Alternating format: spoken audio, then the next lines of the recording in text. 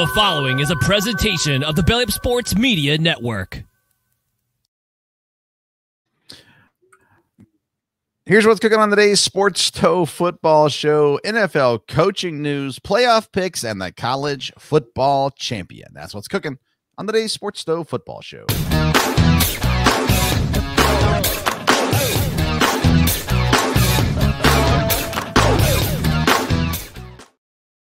Welcome in to a new edition of the Sports Toe Football Show, presented by Righteous Felon Jerky.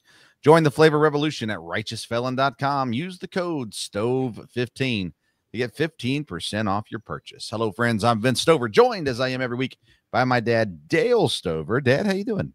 Good, doing good. Like I said, things are coming down to the end here in football. A lot of excitement and all kinds of excitement in the coaching realm. And like I said, everything's now turning toward even the draft, people declaring for the draft and stuff like that. So, yeah, lots of that kind of stuff going on right now. We're going to start today in the NFL. Mike McCarthy ends up not getting renewed in Dallas, making him available.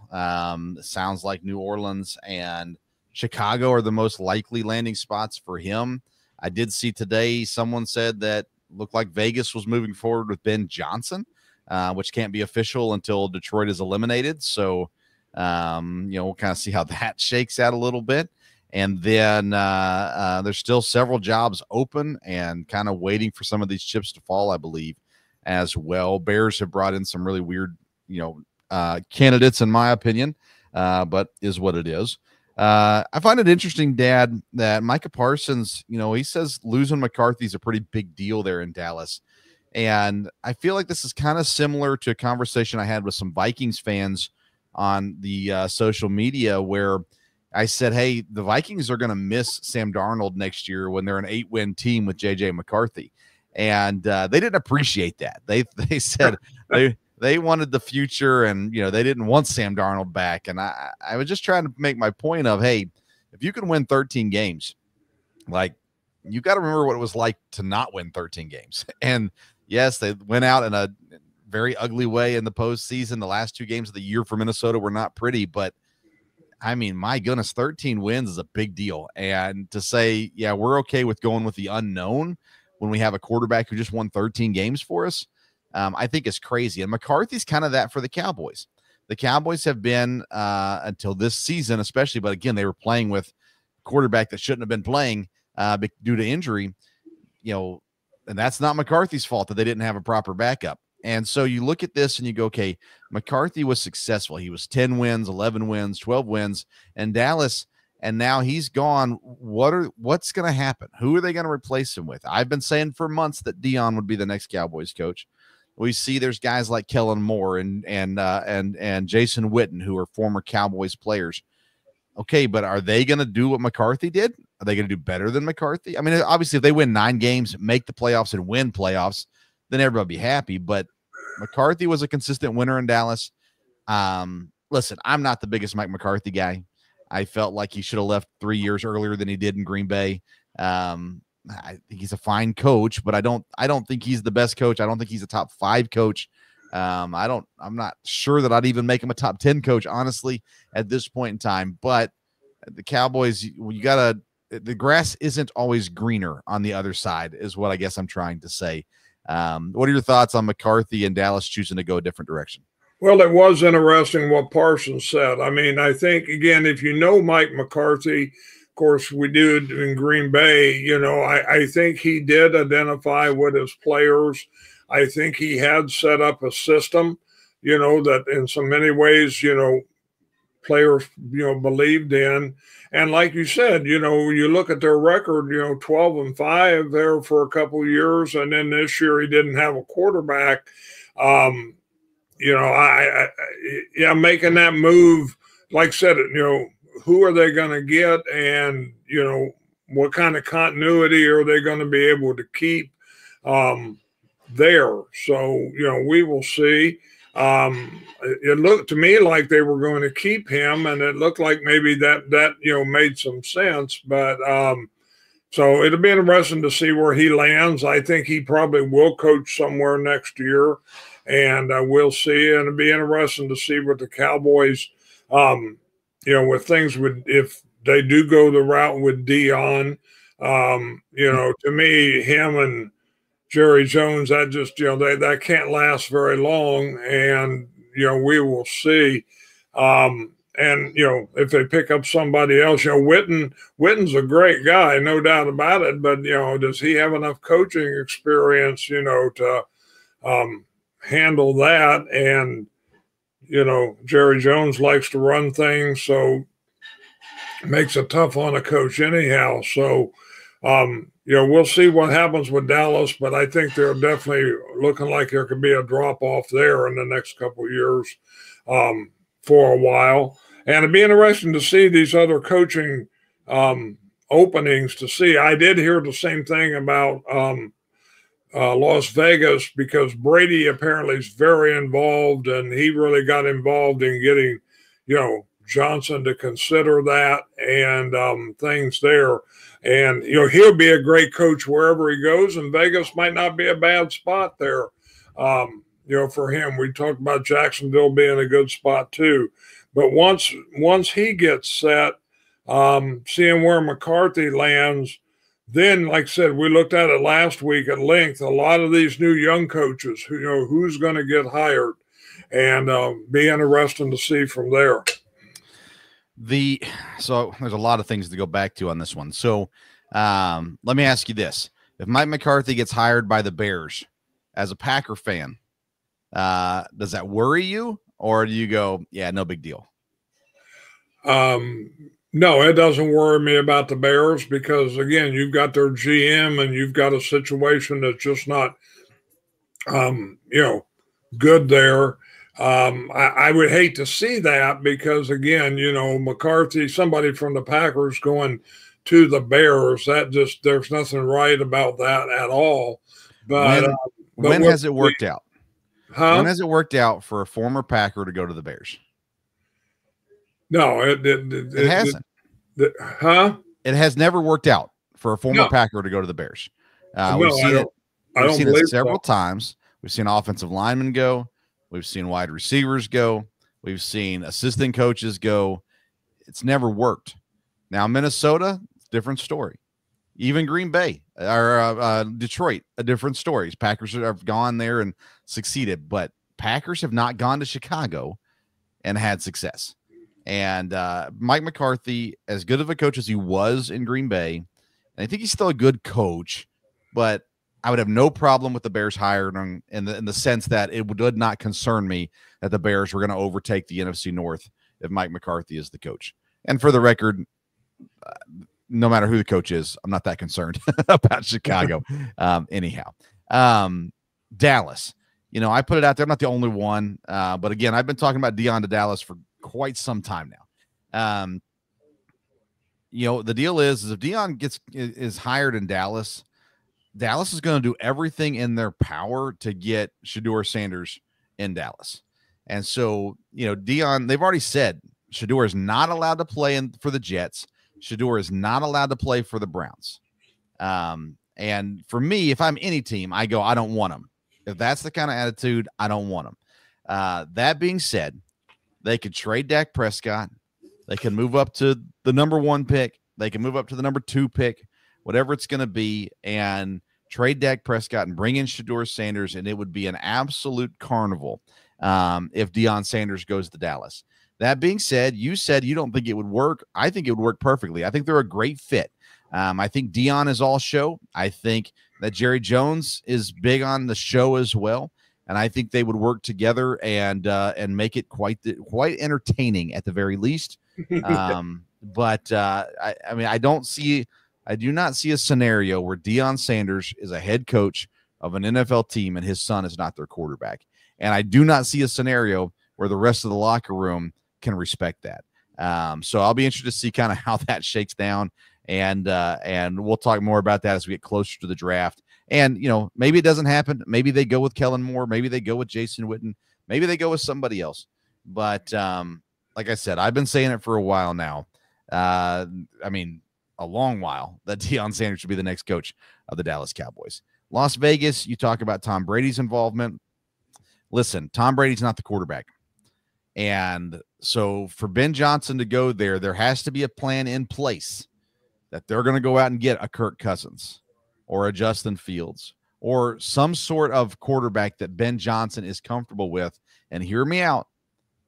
Ben Johnson knows better than anybody the capabilities of Hendon Hooker. And I would guess that there is potential, if Ben Johnson likes Hendon Hooker, that he would be the starting quarterback for the Las Vegas Raiders next year. He would know Ben Johnson's system because he's been in it for 2 years. He's still young, so there's like the potential of the future quarterback of the franchise quarterback there. And so if Ben Johnson goes to Las Vegas, I think it's more likely you see a veteran quarterback come in, a Russell Wilson, a Justin Fields, a Kirk Cousins, one of those kinds of people. But keep your eyes out for Hendon Hooker as well, because, again, he's got that young, he's got that potential, and he knows the system that Ben Johnson wants to run. So there's another option there. But Ben Johnson will not take the Raiders' job unless there is a plan in place for who the quarterback's going to be, and it will not be, I don't think, at the least, a rookie quarterback. I think it'll be someone who's currently in the league there. So those are my thoughts on those coaches. We still don't have we still have the Jets, the Saints, the Bears, the Jaguars, the Cowboys, and the Raiders all looking for head coaches right now. So we'll see how all these things. And again, the guys that are still in the playoffs cannot sign as a head coach until the playoffs, till their team is eliminated. So you better have a very solid, commitment from a guy if you're going to wait till then, because if he doesn't come to you, then you're behind the 8 ball moving forward from there. All right, Dad, let's get to the games this weekend. Well, let's talk a little bit about last weekend's games, I guess, the wild card games there in the NFL. Not a lot of good games. Texans dominate the Chargers. Ravens dominate the Steelers. The Bills dominate the Broncos. The Commanders and Bucks, really close, really fun game. And then Packers and Eagles, there's just no offense in that game. Defenses both played really well. And ultimately, you got to score points to win, and the Packers didn't do that. So it was somewhat competitive, but it really did feel like the Eagles were in control for most of that game there. So really one great game with Commanders Bucks. Rams dominated the Vikings as well. So who was the most disappointing, you think? Not for us, but who do you think is the most disappointed following the performance from last weekend? I think the most disappointed probably was Pittsburgh, just because they were hoping, to be able to rebound, and they've lost 5 games in a row there. The Chargers really got handled, and so did Minnesota. So Minnesota, like you already said, ended up not good the last 2 games, but again, they won a lot more games than I think anybody thought they were going to at the start of the year, and with Sam Darnold. So everyone hates to be out of it. It was tough, with Green Bay losing, but I think the team that probably was, might be the Steelers, that it was the hardest on. Minnesota, that was tough too. I did not see that coming. I think you picked the Rams, but I thought they were going to do well, but I knew they could have trouble recovering from the Detroit game, and obviously they did. Yeah, I think I agree with you. The Steelers, and the reason why is because their future is not as bright. You look at the Chargers. Okay, they got a quarterback, even though he had his bad moments, especially in that game. But they've got a quarterback that has a lot of talent and is young. You look at the Packers. They got a young quarterback, young group of guys. Look at the Broncos. They've found their quarterback for the future. The Bucks, they got Baker Mayfield. The Vikings have this young team that they either have Sam Darnold, who they like, or they've got J.J. McCarthy that's young and up and coming. The Steelers don't have anybody currently at quarterback. Russell Wilson's a free agent. Justin Fields is a free agent. Do you want either of those guys? The reports are that Justin Fields wants to be there. Justin Fields does not want to change coordinators. He does not want to change systems. He wants to stay there. I can't believe you would spend the money on Russell Wilson again to get what they got out of him this year. So do they believe in Justin Fields? I don't know. So I think, yeah, the Steelers are definitely the ones that come out of it with the head down the lowest, just because their future isn't as bright as the other teams that were there. And then you come out of it, Dad, and you look at the other teams, the teams that won, and I was trying to think about, well, which team feels the best coming out of that? Honestly, they probably all do except for the Eagles. I mean, I don't feel like the Eagles' performance was that great. Texans looked really good. The Bills looked really good. The Commanders won with a rookie quarterback. The Ravens looking good still, and the Rams looking good. So I think I'm sure the Eagles feel good enough. They won the game, so that's all that really matters. But yeah, I just look at those winning teams and think they're probably all feeling pretty solid right now coming into this weekend's divisional round games. And that's kind of where I want to turn the page to, Dad, because you look at the games this weekend, and we'll start with Houston at Kansas City.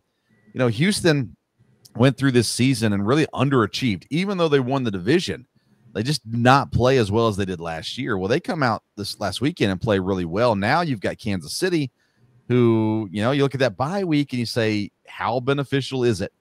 It's beneficial for health, but it's a week off. Everybody else is kind of in rhythm. Kansas City has to get. Now, listen, they've won the Super Bowl. They've been there, done that. They've got veteran players, but the rust is a real thing.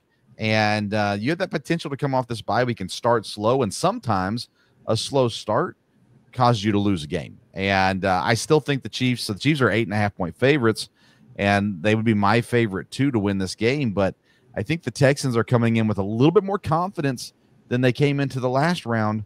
And that's a dangerous thing once you get to this time of year. Yeah, Texas did play well, which is good because, we like them, and they had played, had not done real well. But again, they've had the division wrapped up for a while, and they have had some injuries during the year. But, Kansas City is going to be hard to beat. They've been there. But Houston's a team again. You look at this game, and this is definitely one Houston has nothing to lose. I mean, they're playing, the defending Super Bowl champions. They can come out, play loose. They do have some players, some playmakers, and if their defense can stay in it, it could be a good game. We will see. Would you say C.J. Stroud did not have a great season? He didn't progress from last season, I think, like you thought he might. He didn't have as good a season, but again, I think he's still, a good quarterback, and their quarterback of the future, somebody they can build on. Yes. But the question is, do you think that C.J. Stroud had a great season? A great season? No. Correct. So you look at the stats and you realize he only threw for 200 less yards than Patrick Mahomes. He threw for 6 less touchdowns, and he threw 1 more interception. Stats wise, he's right there. He actually completed 60 less passes than Mahomes, and he attempted 50 less passes than Mahomes.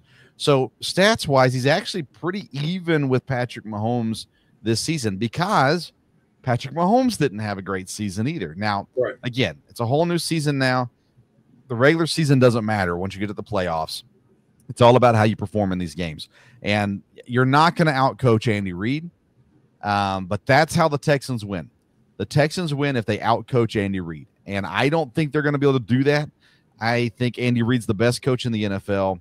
And so I don't think they're going to do that. But that's how they win the game, is if they get outcoached. So that's why I'm picking Kansas City, because I can't pick Houston right now, knowing what all Kansas City has. I think Kansas City is vulnerable. And I think that when they play next week against the Ravens or the Bills is when they're going to be their most vulnerable.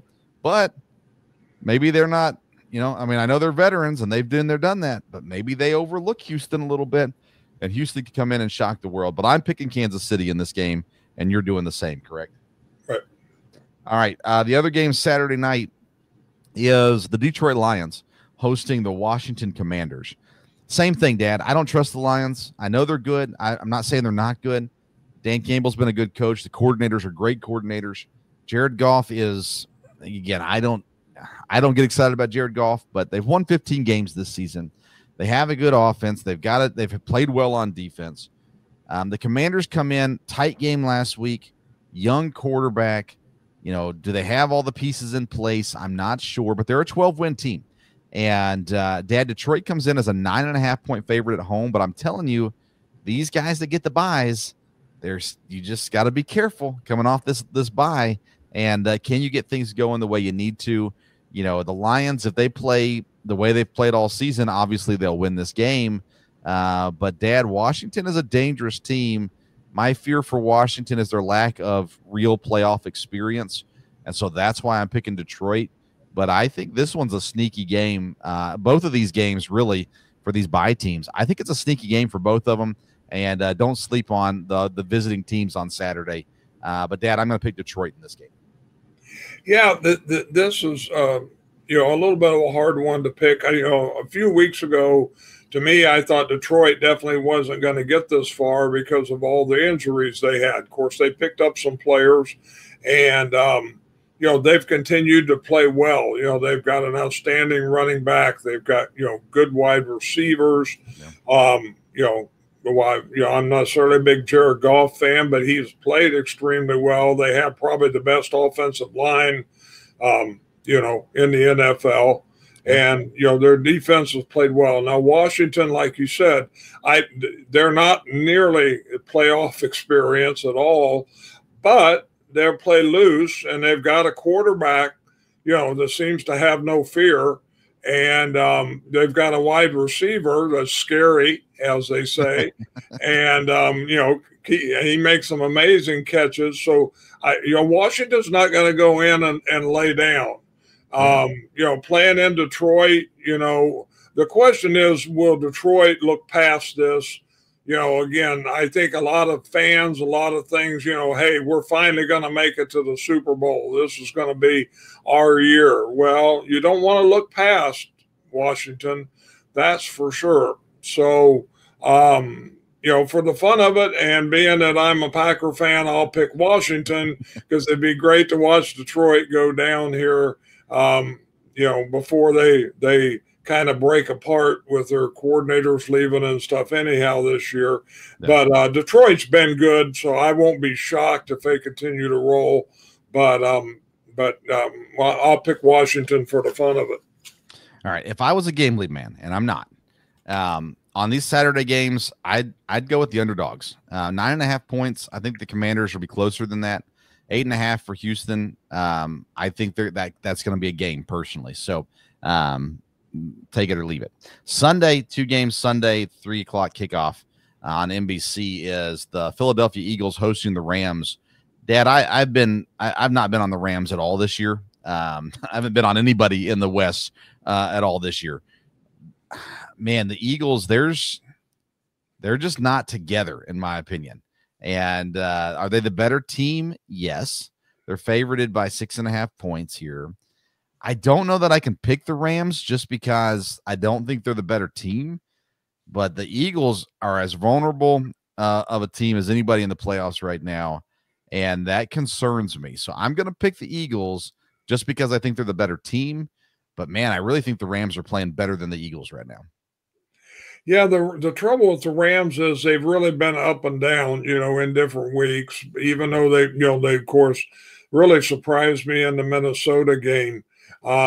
Philadelphia, I think, again, talent and everything involved is the better team. And I will pick them too to be safe. But the issue with the Rams is the Rams are going to outcoach them. And there's no doubt about that. I mean, he had things lined up for Minnesota, and he'll have things lined up for Philadelphia. Philadelphia has not been impressive. They did not score a lot last week, and they do have an awfully good defense, and no doubt about that. And so, but again, I think you got a coach on the Rams that can work on that. But I'll pick Philadelphia to be safe because the way the Rams have played this year, I just can't imagine them in the NFC Championship game. But right. It may very well happen. So it'd be crazy if the Rams and the Commanders were in the NFC Championship game. No doubt about it. It'd be fun and entertaining, but you talk about not seeing that coming. Yeah, for sure. All right, Bills and Ravens. They saved this one for the last one. It's going to be a good one. The Ravens on the road are a 1-point favorite here over Buffalo. Dad, I look at this game, and I mean, both of these quarterbacks, whoever wins this one is going to make amazing strides in their legacy, because Lamar Jackson's been the MVP, maybe again this year. Josh Allen's played at an MVP caliber, maybe the MVP this year. But the Bills and Josh Allen haven't been to the Super Bowl. The Ravens and Lamar Jackson haven't been to the Super Bowl. Now, John Harbaugh has, but not this group. This is the game. I wish it was the AFC Championship game. Goodness, I wish it was the Super Bowl. Personally, this is the game that I want to see. I am going with the Bills for two reasons. Number one, they're at home, and number two, they're the underdog. And how disrespectful is that for them to be had a better year, won more games, are at home, and they're the underdog? And I just don't think that you want to give a team like that extra material to motivate them. I'm going Buffalo at home this week against the Ravens. How do you feel about that game? Well, this is going to be a great game. And like you said, you've got two great quarterbacks. Allen has had just a great year. And as far as seeing Buffalo, that would be great to see them finally break through. Of course, have a tough game next week. But Baltimore has, with the exception of a few games early on, has really been solid. Yeah. They've got the coach.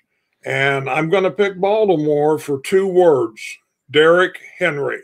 That was a great pickup for them. We've seen what he could do. I mean, the Titans were never good, but you never knew what was going to happen with Derrick Henry.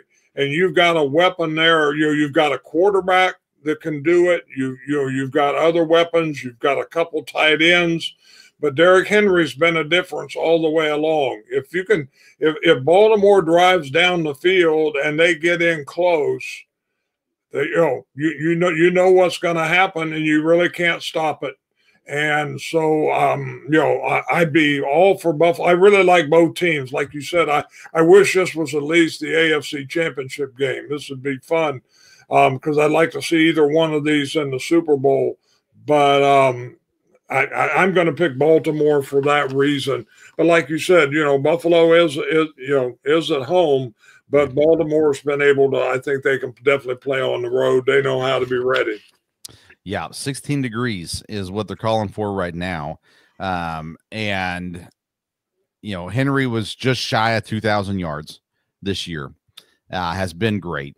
Lamar Jackson has been phenomenal. 41 touchdowns, 4 interceptions, over 4,000 yards. And Josh Allen's been really good as well. 28 touchdowns, 6 picks, 3,700 yards. James Cook has been phenomenal as well. Yeah. Not 2,000 yards phenomenal, but phenomenal still for Buffalo. What they've done with that receiving core, which is not great, has been really, really good. And it's going to come down to running the football, though, and who can do it the best in this game. And that definitely seems to lean towards Baltimore. And then, Dad, we've been talking about these coaches. Listen, Baltimore's coach has proven he can do it. Buffalo's has yet to do it. You look at the other game, the Rams coach has proven he can do it. Sirianni, hey, he got to the Super Bowl as well.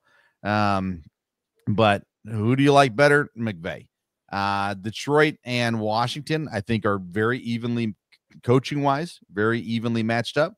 And then Kansas City and Houston, I really like what Houston is doing. But, again, you give the nod there to Andy Reid. So coaching is going to play a big part in this weekend's games. And will be an important part of it for sure as well. So I like those. Then next week we'll talk through what we're looking at for the conference championship games, which should be a lot of fun. Any other thoughts for the NFL this weekend or other NFL news? No, that was a good point about the coaches. And like you said, you got great coaches in the Washington-Detroit game. You got one guy biting kneecaps and the other guy that wears his hat backward and runs up and down the sideline. So that should be fun, to say the least. Okay, entertaining to watch the sidelines. There you go. For there. All right, let's switch it over to college football now. As we do, a reminder, what a better way to spend your football game than snacking on some beef jerky. Righteous Felon is where you want to get your beef jerky from. First of all, it's affordable. Second of all, it tastes great. Third of all, the texture is the best textured beef jerky you can possibly find. So go to righteousfelon.com. Use the promo code STOVE15, STOVE15 at checkout. You're going to get 15% off your purchase, and it'll be at you ready to go for the football games coming up, for especially the college football championship. All right, let's get into college football. Before we get to the game, Dad, Quinn Ewers declares for the draft. There was a lot of talk that he was getting some major offers from places like Ohio State, and maybe Oregon, some places like that. He decides to go into the NFL draft. I just think that this was the smart move for Quinn Ewers. You look at the QB draft class right now, and it is not good. Plain and simple, it is not good. Quinn Ewers will probably be QB3, maybe QB4 off the board. He's probably going to go in round 2. He probably won't go on the first night in the first round. But you look at the list of quarterbacks coming out next year versus the list of quarterbacks coming out this year. Now's the time to go. If you don't think you can raise your draft stock drastically, get out now, get your best possible draft option. So he's going to the NFL draft. Now, we saw where Beck from Georgia decides to transfer to Miami. I don't know why Miami wants him, but they do. And he gets paid well there. So he's sticking around in the college levels as well. So there's some things, lots of transfer portal things, of course, going on right now. To me, though, that's really the interesting ones to discuss. Dad, any thoughts on transfer portal or declarations to the draft that you want to discuss before we get into this game? Well, I agree with you. This was a smart move for Ewers. This is the right time to go in there. And, when you talk about where are the quarterbacks going to be ranked, we've seen it. There's a lot of time between now and the draft. Yes. And you got combine, he may move up. He's a solid guy. I think he's been consistent in a lot of ways. And again, I think depending on what, you get an organization that's got somebody that can really develop a quarterback, he's not that far away. I mean, you get him and you got something. He's got the tools, he's got the size.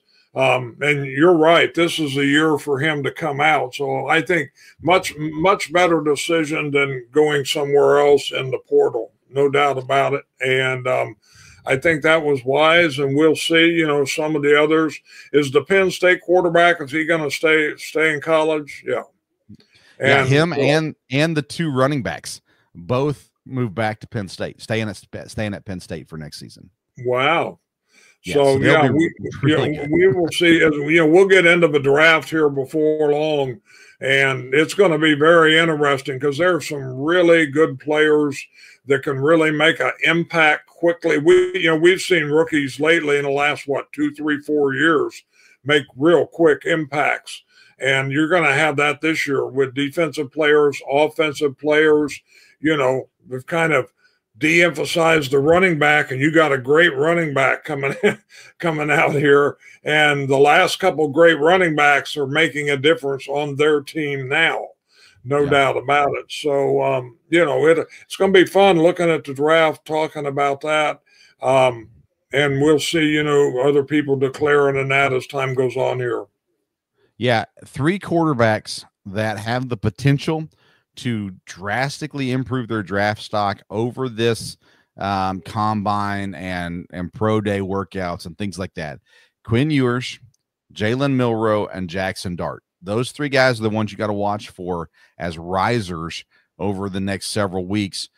Sanders and Ward are already up there. Ward is the projected right now. Almost everybody has the Titans taking Cam Ward from Miami.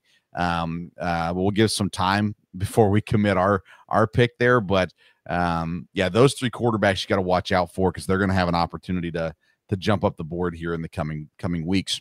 Shout out to friend of the show, Coach Tom Allen, former coach of the Indiana Hoosiers, defensive coordinator for Penn State last season. He is now the defensive coordinator at Clemson. And so he makes the move to the ACC down to Clemson. I have reached out to see if he'll come on the show. I have not heard back from him yet. But he is a 3-time guest of the Sports Stove.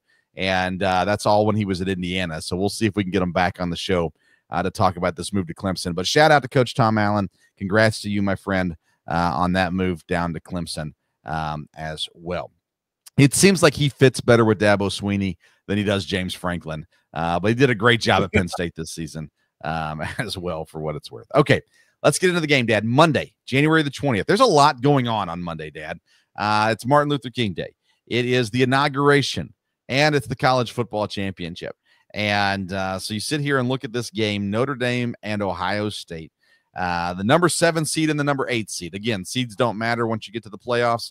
This is a 14-win team and a 13-win team. Ohio State has been the hot hand so far in the playoffs, Dad. They are an 8-point favorite in this game. They seem like the obvious pick because they've just been a buzzsaw here through the playoffs. And of course, this game is down at the Mercedes-Benz Stadium. Dad, I'm curious of your thoughts on what this game's going to look like between Notre Dame and Ohio State.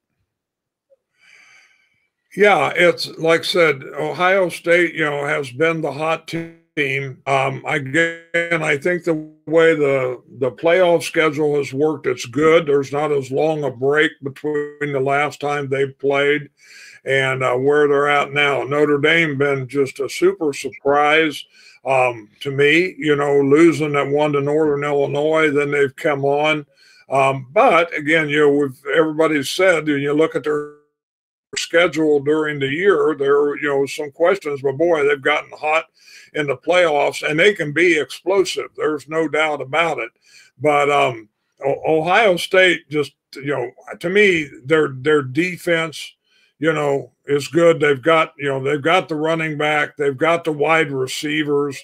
Here's a freshman wide receiver that is just really, really good. And I think the playoffs have been a success.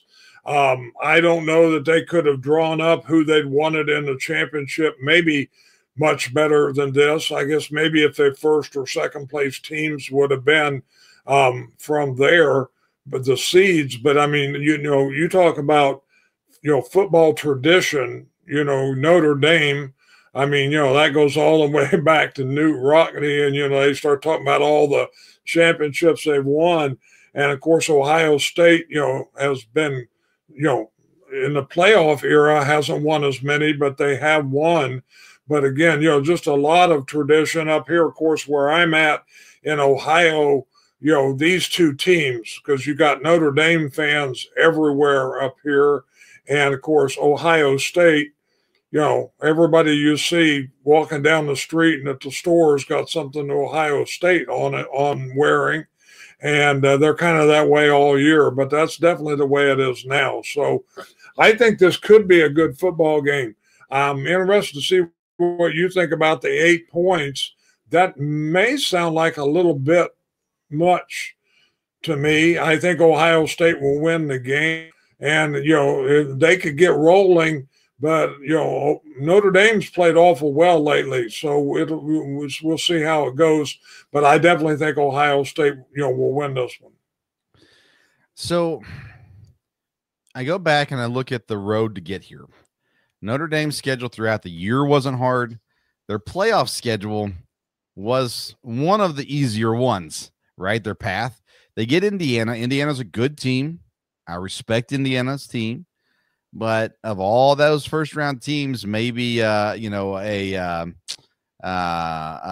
SMU or something, somebody, there may have been an easier option than Indiana. But Indiana, they got through them, beat them by 10. Then they get Georgia with a backup quarterback and a guy that's never started a college football game before. They take care of business there against Georgia. Then they get Penn State. Penn State was a legit contender, and they beat them by 3. You go over to Ohio State's side. They beat Tennessee. They ran through Tennessee, no problem. They ran through Oregon, no problem. And they took care of business against Texas by 2 touchdowns. They are playing good teams, and they didn't have a problem winning those games.